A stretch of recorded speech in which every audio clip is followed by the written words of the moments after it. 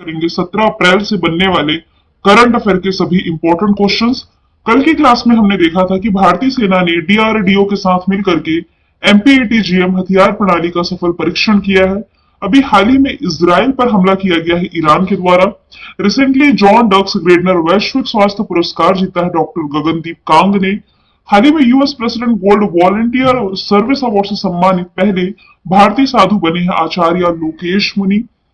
नौसेना प्रमुख ने किस राज्य के कारावर नौसैनिक अड्डों पर नई सुविधाओं का उद्घाटन किया? आंसर इसका कर्नाटका है। एशियाई कुश्ती चैंपियनशिप 2024 आयोजित किया जा रहा है किर्गिस्तान में। टी20 क्रिकेट में 7,000 या इससे अधिक रन बनाने वाले 8वें भारतीय बने हैं सूर्य कुमार यादव।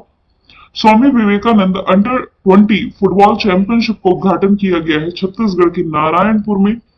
ओलंपिक में पदक विजेता को पुरस्कार राशि देने वाला पहला खेल बना है ट्रैक एंड फील्ड। और लक्षद्वीप में ब्रांच ओपन करने वाला पहला निजी बैंक बना है एचडीएफसी बैंक। तो ये सभी क्वेश्चंस हमने कल पढ़े थे। शुरू करते हैं आज का हमारा पहला सवाल। हाल ही में सिंगापुर के नए प्रधानमंत्री कौन बने हैं? तो सिंगापुर के नए प्रधानमंत्री बनने जा रहे हैं Lawrence Wong. Option number B इसका राइट आंसर हो जाएगा। देखिए भाई क्या है, हाल ही में सिंगापुर के प्रधानमंत्री ली सियून लुंग ने अपने पद को छोड़ने की घोषणा की है, जिसके बाद से सिंगापुर के उप प्रधानमंत्री लॉरेंस वोंग 2 दशकों के कार्यकाल के बाद, 2 दशक इन्हें आप कह सकते हैं इसे 20 साल के कार्यकाल के बाद अपने पद से हटने के बाद अगले महीने यानी कि 15 मई को प्रधानमंत्री ली सियून लुंग का स्थान लेने जा रहे हैं। ये जो ली सियून लुंग है ये अगस्त 2004 से ही प्रधानमंत्री के रूप में कार्य किए हैं। अब बात की जाए यदि सिंगापुर की, तो सिंगापुर सिटी इसकी कैपिटल है, करेंसी डॉलर है और यहाँ के राष्ट्रपति वर्तमान में थरमन सनमगुनरत्नम है, जो कि अभी हाल ही में बनाए गए थे। यही पास यदि आप देखेंगे ना तो मलक्का जल संधि की लोकेशन आप रिलेट कर सकते हैं। मलक्का स्ट्रेट भी कह सकते हैं या मलक्का जल संधि भी कह सकते हैं। सिम्बेक्स एक्सरसाइज यदि आप रिलेट करें, सिम्बेक्स अभ्यास, तो ये भारत और सिंगापुर के बीच ही आयोजित किया जाता है। आसपास की लोकेशन देखेंगे तो ये है इंडोनेशिया। इंडोनेशिया की भारत के साथ होने वाली एक्सरसाइज में एक तो है वरुण शक्ति एक्सरसाइज, दूसरी आप इसमें रिलेट कर सकते हैं गरुण शक्ति एक्सरसाइज। यहाँ यदि आप देखेंगे साउथ चाइना सी की लोकेशन है। यहाँ तक भारत है ना, यहाँ से भारत है और इसके बाद फिर म्यांमार। म्यांमार अराकान युमा पर्वत के माध्यम से सेपरेट होता है, जिसकी सबसे ऊंची चोटी विक्टोरिया है। फिर यहाँ लाओस, थाईलैंड, वियतनाम जैसी कंट्रीज की लोकेशन है।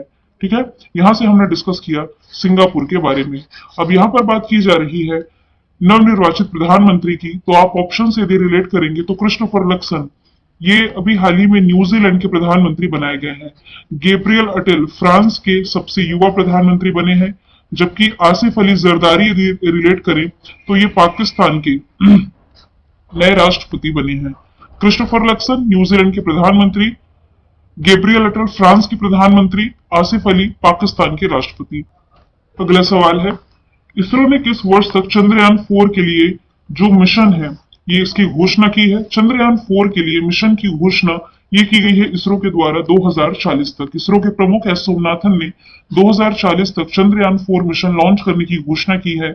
इन्होंने ये भी बताया कि चंद्रयान परियोजना का आगामी चरण प्रगति पर है, जिसका लक्ष्य भारत की जो चंद्र अन्वेषण प्रयास है इन्हें आगे बढ़ाना है।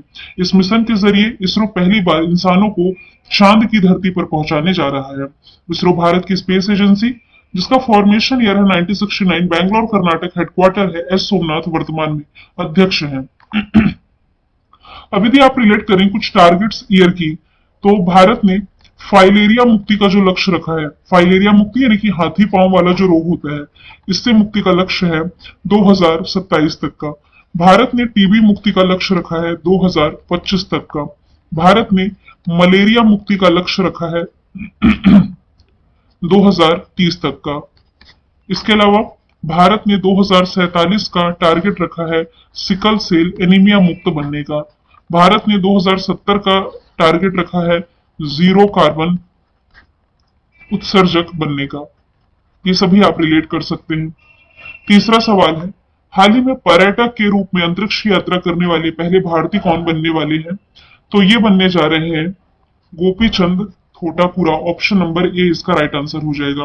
ये अमेजॉन के संस्थापक जेफ बेजोस की अंतरिक्ष कंपनी ब्लू ओरिजन की न्यू शेफर्ड 25 मिशन के लिए चालक दल के हिस्से के रूप में अंतरिक्ष की यात्रा करने जा रहे हैं। ये अभी हाल ही में माउंट किलिमंजारो, जो कि अफ्रीका की सबसे ऊंची चोटी है, इसके शिखर पर गए थे।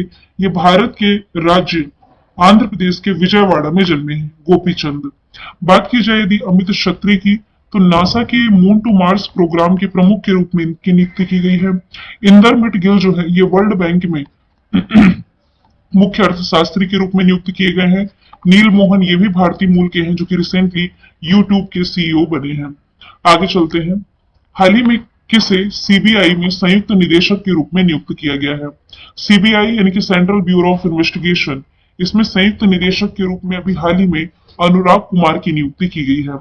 कैबिनेट की नियुक्ति समिति के द्वारा इन्हें चुना गया है। ये मेघालय कैडर के 1994 बैच के आईपीएस ऑफिसर हैं। बात की जाए यदि सेंट्रल ब्यूरो ऑफ इन्वेस्टिगेशन की 1963 फॉर्मेशन ईयर है, नई दिल्ली में हेडक्वार्टर, वर्तमान में इसके महानिदेशक है प्रवीण सूद। मनोज सोनी हो जाएंगे यूनियन पब्लिक सर्विस कमीशन के अध्यक्ष। Rajiv Kumar election commission of India के। किशोर मकवाना ये हो जाएंगे अनुसूचित जाति आयोग के अभी हाल ही में अध्यक्ष बनाए गए हैं। अगला सवाल है, एयरपोर्ट काउंसिल इंटरनेशनल ने अभी हाल ही में रिपोर्ट रिलीज की, जिसमें दुनिया का सबसे बिजिएस्ट यानी कि वेस्ट एयरपोर्ट जो बना है, ये बन गया है Atlanta international airport.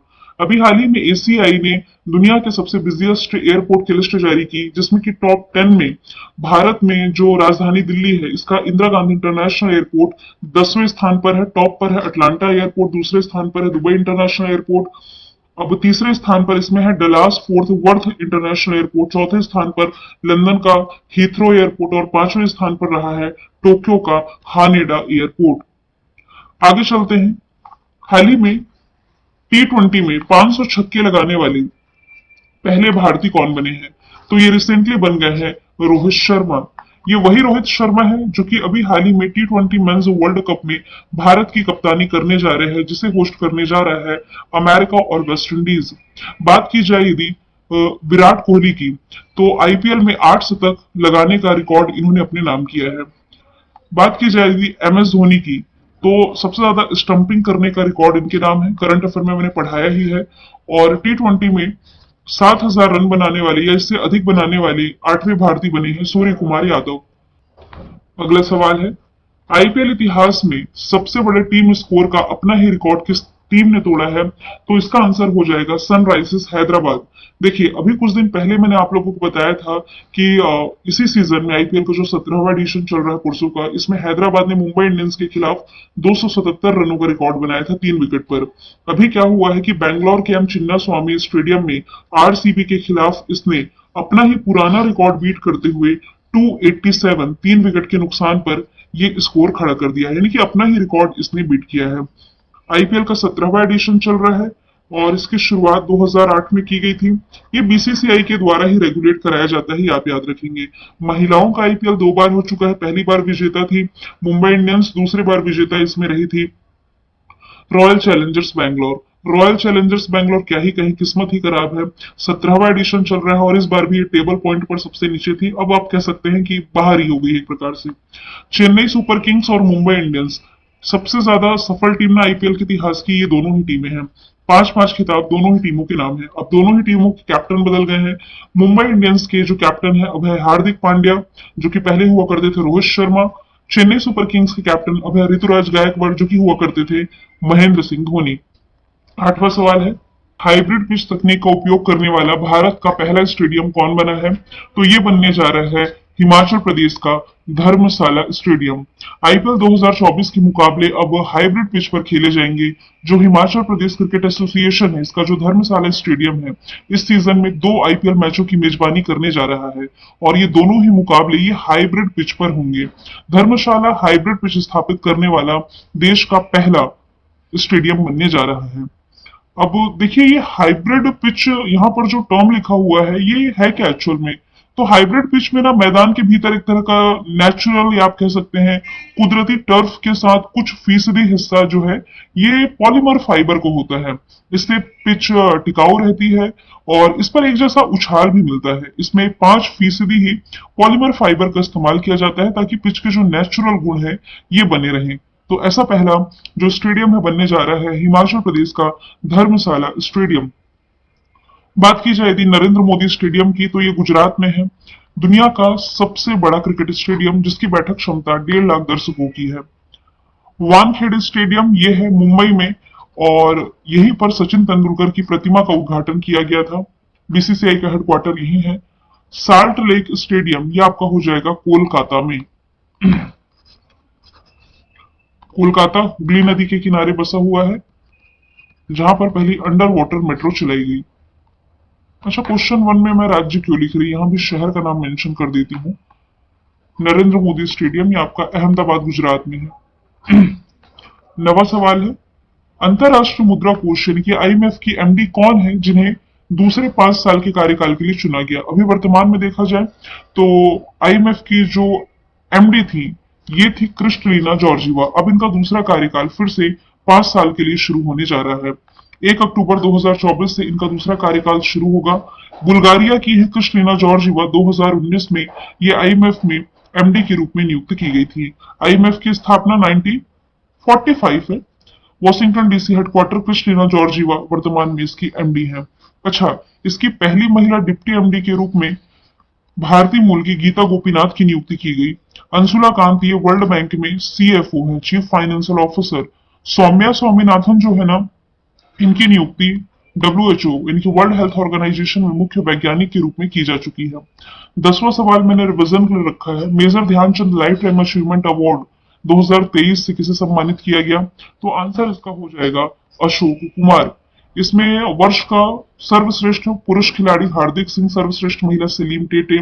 Major Dhyanchand lifetime achievement award मिला है अशोक कुमार को। हॉकी इंडिया स्थापना 2009 है, दिल्ली में हेडक्वार्टर, दिलीप तिर्की अध्यक्ष है। Pankaj Advani billiards hall of fame में ये शामिल किए गए हैं। पीवी सिंधु तो ये आपकी बैडमिंटन से रिलेटेड हो जाएंगी।